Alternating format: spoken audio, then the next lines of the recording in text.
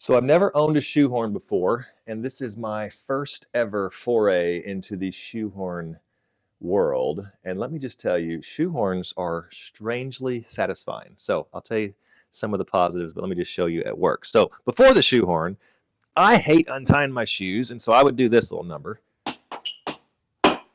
which would cause the back of my shoes to deform, which is not cool over time because I like my shoes, which they got on, but there's got to be a better way. So a friend of mine had a shoehorn, and I thought, my grandpa had a shoehorn. Maybe I should get a shoehorn. So let me show you how it works.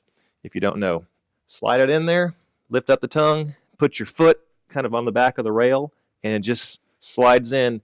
And I'm telling you, that is strangely satisfying. Kind of like putting on a fresh, crisp, new pair of socks. It's just awesome. So let me show you these a couple more times. These are some shoes that are really, I hate untying these. In fact, I tuck the laces away, and I cannot get them on unless I untie them or do this. And I really don't want to do that because it's not good for the shoe. So let me show you the better way. Again, shoehorn to the rescue. Where have you been all my life? Slide it in. I love it. I'm telling you, I know I'm a nerd.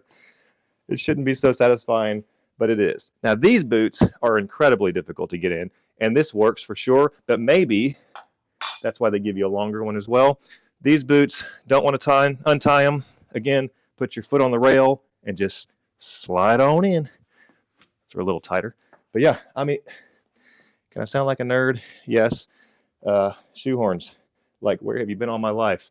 If the only shoehorn you've ever seen is in your grandpa's closet, well, he had it for a reason. Sometimes those old guys knew what was up. My generation has long forgotten the value of a shoehorn, and I'm just here to tell you,